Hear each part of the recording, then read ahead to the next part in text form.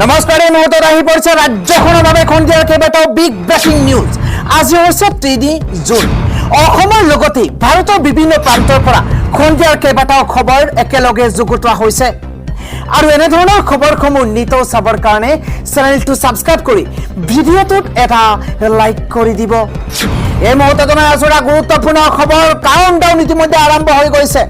মাজত মাত্ৰ কেইটামান ঘণ্টাহে বাকী আছে আৰু কেইটামান ঘণ্টাৰ পিছতেই খুল খাব ইভিএম। কাৰ ভাগ্য সলনি হ'ব ইভিএমত?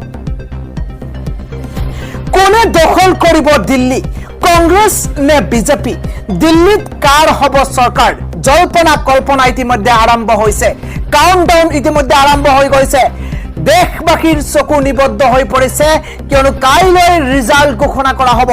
কাউণ্টডাউন ইতিমধ্যে আৰম্ভ হৈ গৈছে। কাইলৈ খুল খাব ইভিএম। পুৱা 8 বজাৰ পৰা আৰম্ভ হ'ব ভোট গণনা। দেশবাসীৰ কাৰণে এটা জৰুৰী খবৰ, এটা ডাঙৰ খবৰ, কিয়নো আকৰ্ষণীয় হ'ব অসমৰ 14টা সমষ্টিৰ নিৰ্বাচনী যুঁজ। ৰাজ্যৰ 52টা কেন্দ্ৰত 152টা কাউণ্টিং হলত আৰম্ভ হ'ব ভোট গণনা।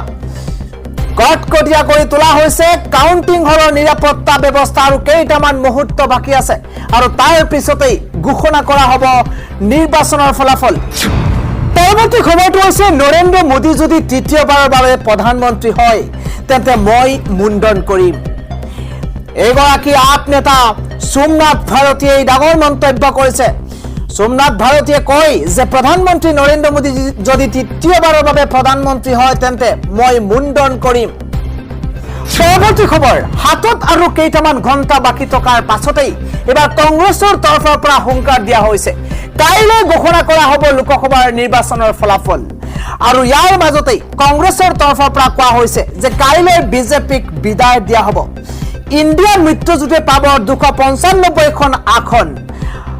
295খন আসন লাভ কৰিব এইবাৰ ইণ্ডিয়াই। এই মুহূৰ্তত জনাই আছো এটা ব্ৰেকিং নিউজ। 4 জুনত কাইলৈ বিজেপিক বিদায় দিয়া হ'ব বুলি বিৰোধীয়ে হুংকাৰ দিছে। ইণ্ডিয়া মিত্ৰজোঁটে 295খনতকৈ অধিক আসন লাভ কৰিব বুলি ইতিমধ্যে দাবী কৰিছে কংগ্ৰেছে। সদ্য প্ৰকাশিত যে এক্সিট পোল আছে সেই এক্সিট পোল সম্পূৰ্ণ ভুৱা বুলি কংগ্ৰেছৰ তৰফৰ পৰা কোৱা হৈছে। কংগ্ৰেছে আখ্যা দিছে যে যি এক্সিট পোল সেই এক্সিট পোল সম্পূৰ্ণৰূপে ভুৱা। 295খনতকৈ অধিক আসন কম নাপায় বুলি সংবাদমেলত দাবী কৰিছে এইবাৰ কংগ্ৰেছে। বিৰোধী দল নিৰ্বাচন আয়োগৰ ওপৰত হেঁচা দিছে এইবাৰ বিজেপিয়ে। নিৰ্বাচনী বিষয়াক ভুল পথে পৰিচালিত কৰিবলৈ প্ৰকাশ কৰা হৈছে এক্সিট পোল। এক্সিট পোলক মোদী মিডিয়া পল আখ্যা দিছে এইবাৰ কংগ্ৰেছৰ যুৱৰাজ ৰাহুল গান্ধীয়ে। ৰাহুল গান্ধীয়ে কয় যে কাইলৈ বিদায় দিয়া হ'ব নৰেন্দ্ৰ মোদী নেতৃত্বাধীন বিজেপি চৰকাৰখনক। কাইলৈ বিদায় দিয়া হ'ব বিজেপিক বুলি মন্তব্য কৰিছে কংগ্ৰেছৰ যুৱৰাজ ৰাহুল গান্ধীয়ে। পৰৱৰ্তী খবৰ, এবাৰ প্ৰদেশ কংগ্ৰেছৰ সভাপতি ভূপেন বৰাই কেতবোৰ তাৎপৰ্যপূৰ্ণ মন্তব্য কৰিছে। এবাৰ ভূপেন বৰাই কয় যে বিজেপিয়ে অসমত কোনো পৰ্যায়ে ডাবল ডিজিট নাপায়। যোৰহাটত পৰাস্ত হ'বই তপন কুমাৰ গগৈ। এটা গুৰুত্বপূৰ্ণ খবৰ জনাইছো ৰাজনৈতিক প্ৰেক্ষাপটত এটা ব্ৰেকিং নিউজ, কিয়নো এক্সিট পোলৰ পূৰ্বানুমানক এইবাৰ নস্যাৎ কৰিছে প্ৰদেশ কংগ্ৰেছৰ সভাপতি ভূপেন বৰাই। বিজেপিয়ে অসমত কোনো পৰ্যায়ত ডাবল ডিজিট নাপায় বুলি মন্তব্য কৰিছে এইবাৰ ভূপেন বৰাই।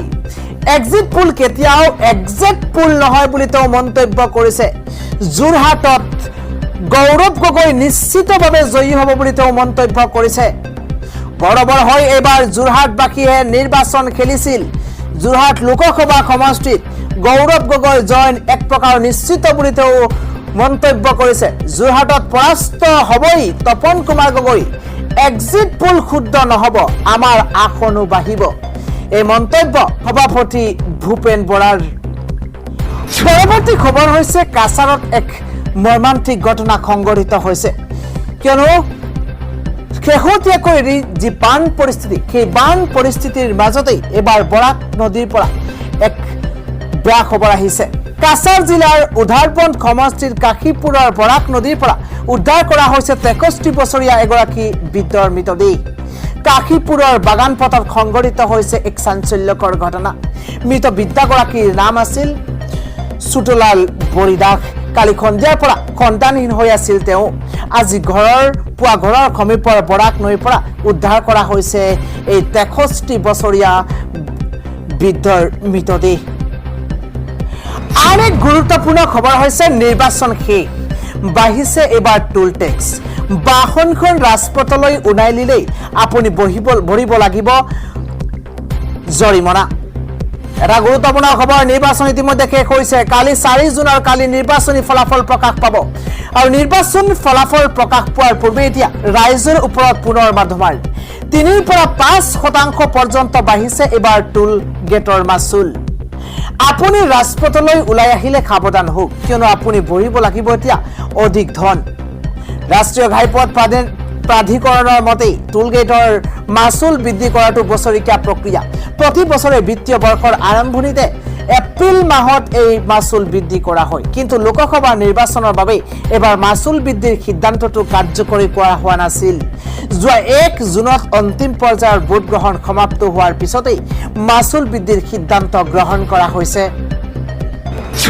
আন এটা ডাঙৰ খবৰ হৈছে এবাৰ বান বিপৰ্যস্ত হৈ পৰিছে অসমত বানত মৃত্যুৰ সংখ্যা 14 গৰাকীকৈ বৃদ্ধি পাইছে 5 লাখৰো অধিক লোক ইতিমধ্যে ক্ষতিগ্ৰস্ত হৈছে বুলি জানিব পৰা গৈছে অসমৰ বান পৰিস্থিতি ভয়াবহ হৈ থকাৰ সময়তে বিগত 24 ঘণ্টাত আৰু দুটিকৈ শিশুৰ মৃত্যু হৈছে লগতে আন 3 গৰাকীকৈ লোকৰ মৃত্যু হৈছে বুলি জানিব পৰা গৈছে 10খন জিলাত 5 লাখৰো অধিক লোক ক্ষতিগ্ৰস্ত হৈছে বুলি জানিব পৰা গৈছে নিকা অসম ৰাজ্যিক দুৰ্যোগ ব্যৱস্থাপনা কৰ্তৃপক্ষই প্ৰকাশ কৰা বানৰ তথ্য অনুসৰি কাছাৰত 2জন লোকৰ মৃত্যু হোৱাৰ বিপৰীতে নগাঁও জিলাত আন এজন লোকৰ মৃত্যু হৈছে ইয়াৰ লগে লগে বৰ্তমানৰ বানত মৃত্যুৰ সংখ্যা 14 গৰাকীলৈ বৃদ্ধি পাইছে কাছাৰ জিলাত এটি শিশুসহ 2জন লোক সন্তানহীন হৈ পৰাৰ খবৰ আহিছে পৰৱৰ্তী খবৰ মোদীৰ বিৰুদ্ধে আছে ঢৌ এক্সিট পোল ভুৱা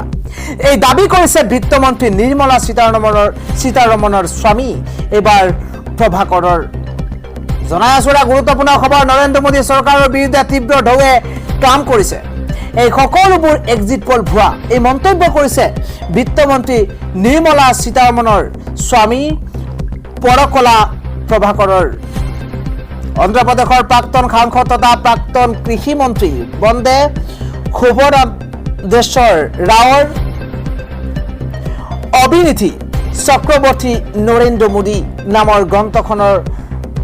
গ্ৰন্থ উন্মোচনী অনুষ্ঠানত উপস্থিত আছিল পৰকলা প্ৰভাকৰ তাতেই প্ৰখ্যাত অৰ্থনীতিবিদ প্ৰভাকৰে এক্সিট পোলৰ ফলাফল সন্দৰ্ভত সাংবাদিকে কৰা এক প্ৰশ্নৰ সন্মুখীন হৈছিল আৰু তাৰ পিছতেই এক্সিট পোলক লৈ তেওঁ সন্দেহ প্ৰকাশ কৰিছে পৰকলা প্ৰভাকৰৰ ভাষাত এই এক্সিট পোল ভুৱা নৰেন্দ্ৰ মোদী আৰু তেওঁৰ চৰকাৰৰ বিৰুদ্ধে এক তীব্ৰ ঢৌ চলি আছে শাসক বিৰোধী বতাহ প্ৰবল ফলত নিৰ্মলা সীতাৰমণৰ স্বামীয়ে এক্সিট পোলৰ সমীক্ষাত এনডিএ সংখ্যাগৰিষ্ঠ দল হিচাপে দেখুৱাটো মানি ল'বলৈ অস্বীকাৰ কৰিছে